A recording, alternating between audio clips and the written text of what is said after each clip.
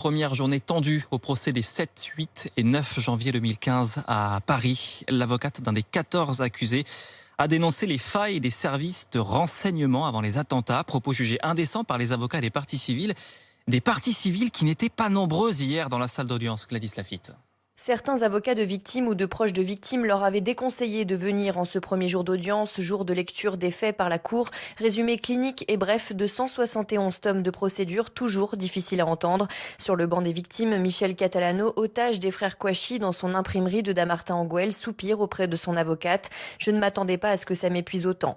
Quelques rescapés de Charlie Hebdo sont présents, tout comme leur service de protection adossé au mur. Coco, Sigolène Vincent, difficile de lire les émotions à cause du masque, mais les regards vers le sol sont visibles, comme celui de Rhys, directeur du journal, la tête dans les mains lorsqu'il décrit comment 12 personnes ont été tuées en moins de 2 minutes à la rédaction. Franck Brinsolaro, Cabu, puis Charbe.